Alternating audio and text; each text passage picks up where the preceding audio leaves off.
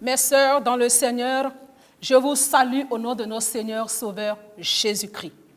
Je prie en ce jour que la grâce et la faveur de l'Éternel localisent chaque domaine de vos vies. Amen.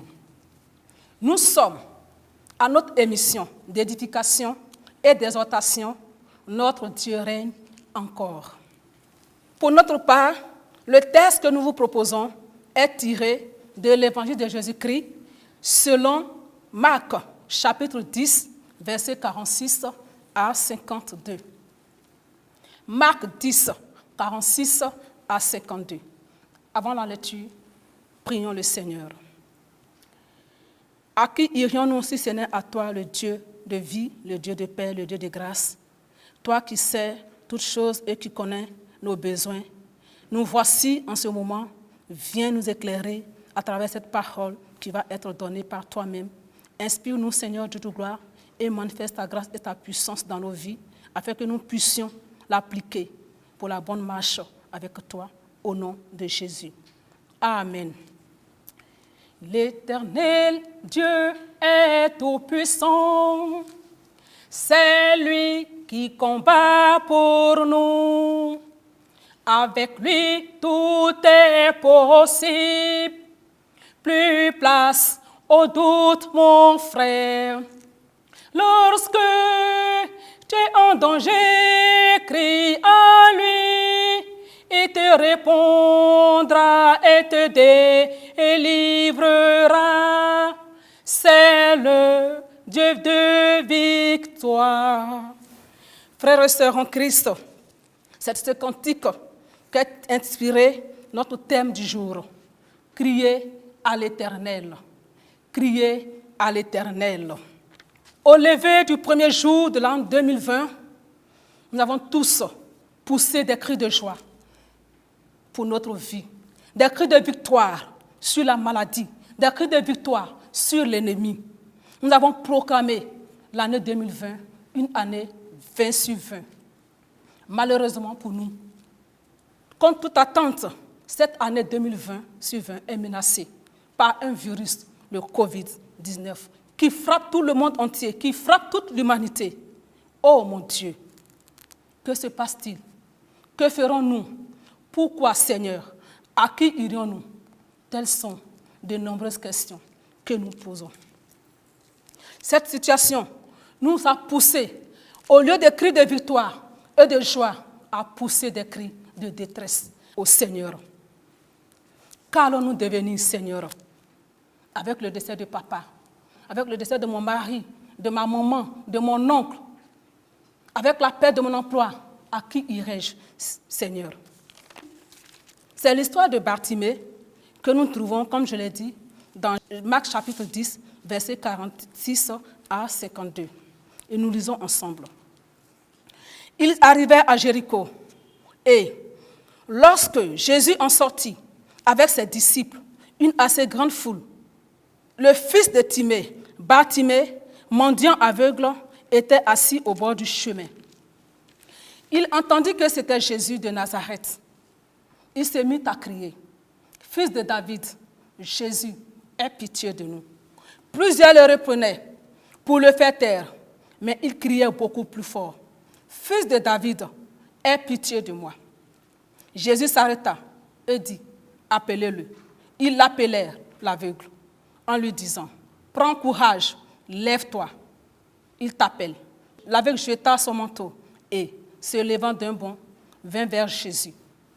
Jésus prenant la parole et dit, « Que veux-tu que je fasse? » « Rabouni, lui répondit l'aveugle, « que je recouvre la vue. » Et Jésus lui dit, « Va, ta foi t'a sauvé. » Aussitôt, il recouvra la vue et suivit Jésus dans le chemin.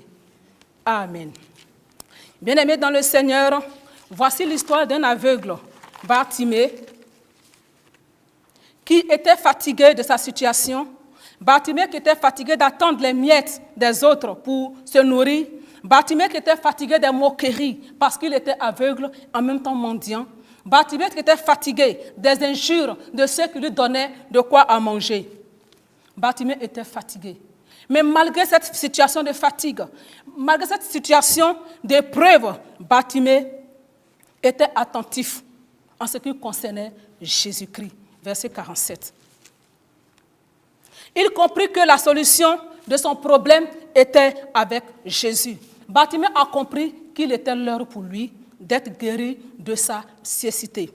Bartimée a compris que ce jour-là, Jésus-Christ est venu afin que lui, Bartimée, sa vie puisse changer. Bartimée a pris une décision. Il a crié à Jésus. Des épreuves de la vie peuvent nous empêcher, comme Bartimée a été empêché par les hommes, de crier à Jésus. Mais ce que je vous demande ce matin, bien-aimés frères et sœurs, que votre voix soit plus forte que ces épreuves, afin de crier à l'Éternel. Plus les gens empressaient Bartimée, plus Bartimée criait plus fort. Plus tu vois ton problème, plus tu dois crier plus fort à ce Dieu, l'Éternel des armées.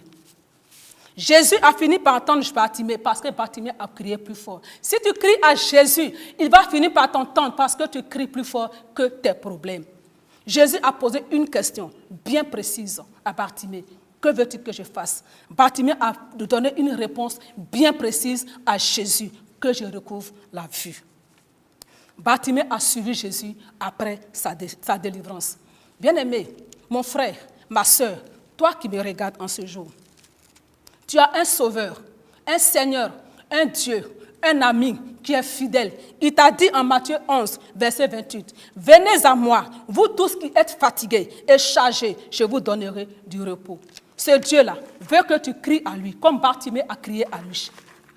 Bien-aimé, je te pose la question en ce jour. À qui tu cries quand tu es dans les situations difficiles? À qui tu es en train de crier en ce moment, pendant que tu vois ton travail perdu, pendant que tes activités sont dans l'eau, pendant que tu as tout perdu, à qui tu cries? Tu cries à tes pasteurs, c'est bien, mais je te demande ce matin, comme Bartimée, crie à l'Éternel plus fort. Tu cries à tes parents ou tu cries à tes marabouts? Je te propose ce matin une solution. Crie à Jésus. À qui tu cries quand tu es dans les situations difficiles? Quand tu penses que tout est perdu pour toi, quand tu te trouves dans l'obscurité, dans le noir, au fond des problèmes, à qui tu cries? Bien-aimé, ce matin, je te demande de crier à ce Jésus-Christ qui te répond. Car lui seul te répond. À qui tu cries? Dans tes moments d'épreuve. À qui tu cries quand tu es dans les difficultés? À qui la Côte d'Ivoire crie pendant cette situation? À qui le monde entier crie pendant cette situation d'épreuve causée par le Covid? En ce jour, l'Éternel des armées, il t'écoute, il te répond. Crie à lui, il va te répondre. Quelle que soit la situation que tu vis, nous sommes en période d'examen. À qui nous crions pour nos enfants, pour nos petits frères, pour nos petites sœurs, afin que l'Éternel se souvienne d'eux? À qui nous crions? Au marabout? Crions à Dieu, afin que Dieu se souvienne de nos enfants. Notre Dieu, il règne aujourd'hui, éternellement, et il nous répond dans toutes nos situations. Il nous répond quand nous crions à lui, quelles que soient les difficultés que nous vivons. À qui tu cries? Frères et sœurs, criez à l'Éternel. Ce matin, c'est ce que je voudrais vous donner comme message de la part du Seigneur. Il te dit, viens à lui, toi qui es chargé, toi qui es fatigué, il te donnera le repos. À qui tu cries? Pendant la composition, les concours de fonction publique, les concours d'entrée à l'ENA, les concours professionnels, à qui tu cries? Aux marabouts, aux eaux, aux rivières? Non, mon frère, non, ma soeur. Crie à l'Éternel, il va te répondre. Il va te répondre, c'est certain, c'est sûr qu'il va te répondre. Que Dieu nous bénisse. Amen. Prions le Seigneur. Notre Dieu, nous voulons te rendre toute la gloire. Toi qui donnes toute occasion bonne pour crier à toi. Nous voici en ce jour, te suppliant d'intervenir dans nos vies. Nous avons certainement crié à des personnes, crié à des eaux. Nous revenons ce jour à toi et crier à toi afin que l'Éternel, cette situation que nous vivons, tu puisses nous en délivrer. Nous crions à toi pour notre pays, afin que les élections à venir, tu te souviennes de nous, pour nous choisir un maître, un chef qui pourra nous conduire selon ta volonté. Nous voulons crier à toi pour notre Église, afin que Dieu de gloire Dieu de bonté, lors de choisir le responsable pour notre Église, tu puisses véritablement intervenir dans notre vie. Béni sois-tu, le Dieu de victoire, le Dieu de gloire, toi qui nous donnes de crier à toi pour nos vies au nom de Jésus. Amen. Ce matin, c'est pas...